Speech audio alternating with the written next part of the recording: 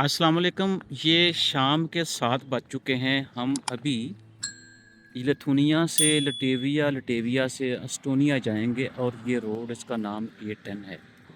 और आप मेरे साथ देखते जाइए।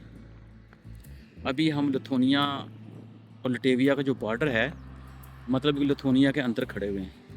और ये सामने आपको देखें झंडा नज़र आ रहा है। और इस झंडे के बाद अगर आप मैं सही तरह दिखा सकूं आपको, तो ये देखें, ये जो ज़ीरो पोस्ट में नज़र आ रही है ये बिल्डिंग, तो इसका मतलब ये कि फिर हम लैटविया के अंदर जो है ना वो दाखिल हो जाएंगे। और सबसे बड़ी बात ये देखें कि शाम के 7 बज रहे हैं और रोशनी का आलम आप चेक करें, हर तरफ आपको सब्ज़ा मिलेगा। तो मुझे तो यहाँ आके अंदाज़ा हुआ है कि ज़िंदगी से जो प्यार है और प्यार से जो ज़िंदगी बनाई जाती है वो आप इन मुल्कों से सीखें।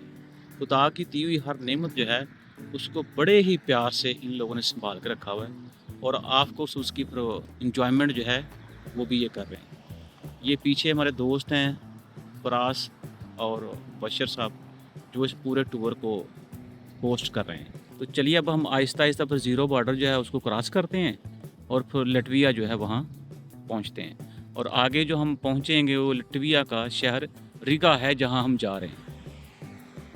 ले जब हम ज़ीरो लाइन जो है उसकी तरफ बढ़ रहे हैं बड़ी तेज़ी के साथ।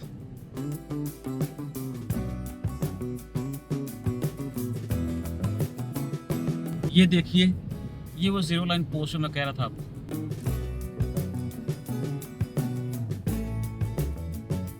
ले जी आ गए हम लटविया के अंदर। ले जी कोई यहाँ पे चेक नहीं है, कोई कुछ नहीं है, कोई यहाँ पे आप देखिए कि आपको बड़ी बड़ी बाढ़ नज़र नहीं आ रही किसी किस्म की। तो जो भाइयों में सलूक होता है उसकी ज़िंदा मिसाल जो है यूरोपियन या शेंजन एरिया के अंदर आप आ जाएं तो आपको देखने को मिलेगी।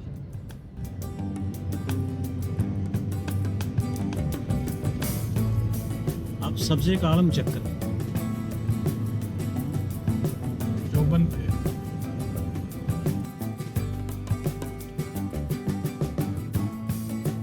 इसी तरह आप मोटरवे से जब सफ़र करते हैं, मैं अक्सर औकात अपने गांव से मोटरवे का सफ़र करता हूँ, तो दूर दूर तक कोई दरख्त नज़र नहीं आता। तो टूरिस्ट जो है वो क्यों ना आए। हम बस टूरिज़्म जो है उसके ऊपर एक चुटकी बजाते हैं, तो चुटकी बजा के टूरिस्ट जो है वो किसी दूसरे मुल्क चला जाता है हमारी चुटकी की आवाज़ सुन के। और जब कभी सहूलियात की बारी होती है तो हम कंपेयर करते हैं अपने आप को नेपाल के साथ, श्रीलंका के साथ, कि देखें जी श्रीलंका के साथ क्या हुआ। तो जब विजन हमारा ये होगा तो डेवलपमेंट भी मुल्क के अंदर हम उसी तरह ही करेंगे। अभी हम डिस्कस कर रहे थे कि चलो हम तो एकेडमिया के बंदे हैं, किसी यूनिवर्सिटी ने साल में बुला लिया तो हम चलो बाहर जो है वो टूर कराते हैं। ये पॉलिटिशियंस हमारे जो वज़रा हैं ये तो साल में को 10-10, 20-20 दफ़ा ये बाहर जाते हैं। तो यहाँ से क्या सीख के जाते हैं ये। ऊपर वो ख्वाजा आसफ वाली बात हो जाएगी, यार मैं कोई बात करूँ तो सर क्या होता है, मसला बन जाता है, रफड़ पड़ जाता है। तो भाई मेरी किसी बात का रफड़ मत बनाइएगा।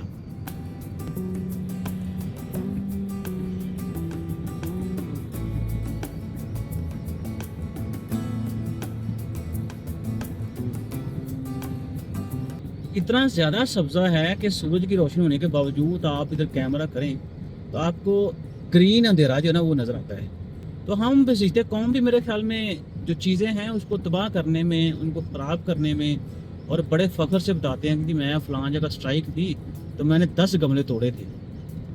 तो बजाय इसके कि हम ये कहें कि मैंने 10 गमले बचाए थे, हम तोड़ने की बात करते हैं।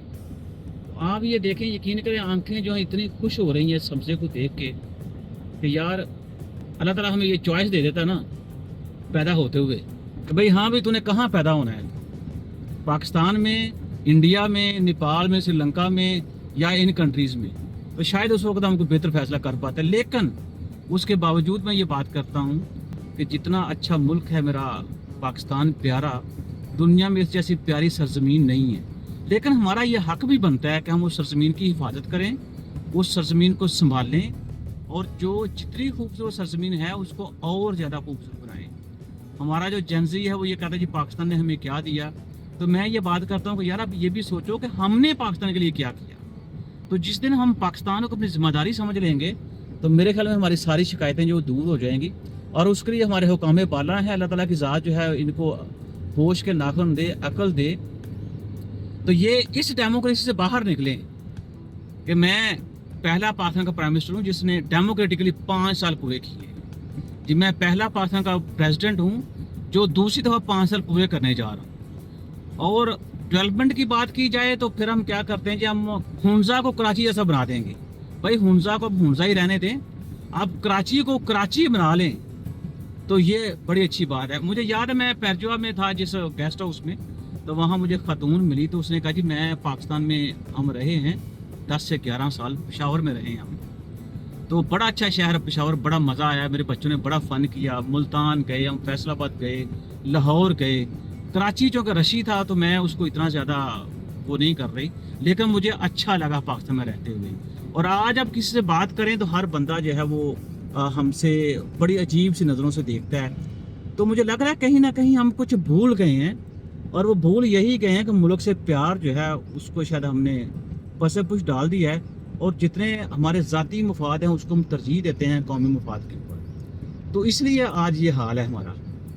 तो हमें चाहिए कि हम इन सारी बातों को भूल के आज भी अगर समझ जाएं चीज़ों को, तो मेरे ख्याल में देर नहीं हुई, और उसके ऊपर हमें सोचने, काम करने और मुल्क की तरक्की में अपना कंट्रीब्यूशन डालने की ज़रूरत है। तो ये देखें, यकीन करें मेरा इतना दिल खुश हो रहा है कि ये पिछले तकरीबन हम लोग घर से 2 बजे निकले हैं, और ये 5 घंटे का सफ़र कहीं भी हमें कोई थकावट का एहसास बिल्कुल नहीं हुआ। और अब मुझे लग रहा है कि अभी हम 2-4 घंटे और सफ़र करेंगे रीगा शहर पहुँचने के लिए।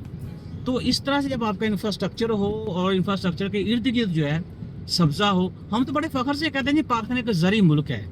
किसान का जो हाल हमने किया है वो आपके सामने है। जेट फ्यूल जो है पाकिस्तान में वो सस्ता है, और जो काश्तकारी या ज़राअत के अंदर डीजल ने इस्तेमाल होना है वो पेट्रोल से भी ज़्यादा महंगा है।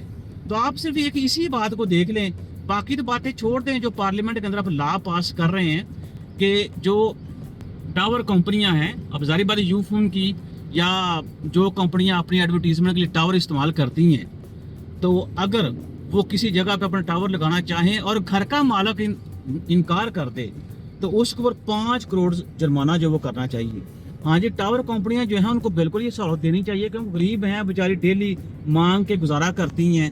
आपने ये कभी सोचा है कि इन टावर कंपनियों ने, या ये जो कम्युनिकेशन की कंपनियां आपकी हैं, यूफोन है या आपका चैज है, इन्होंने इतना पैसा लूटा है कि भाई साहब इन्होंने बैंक तक बना लिए हैं पाकिस्तान के अंदर। तो क्या कोई बंदा इस बात पर सोचता है कि ये कितना हमें लूट रहे हैं? नहीं, कोई बात नहीं, बस लॉ जो है वो हमारी फेवर में बनाने चाहिए, लॉ को उस तरह मोल्ड। जब आपकी अपनी बारी होती है रातों रात लॉ बन जाता है, रातों रात असम्बली से ही पास हो जाता है, पार्लियामेंट से ही पास हो जाता है। जब गरीब की बारी आती है तो ये कहते हैं जी तनख्वाहदार तबका जो है ना, इसको हमने इस दफ़ा बड़ा ही रिलीफ दिया है।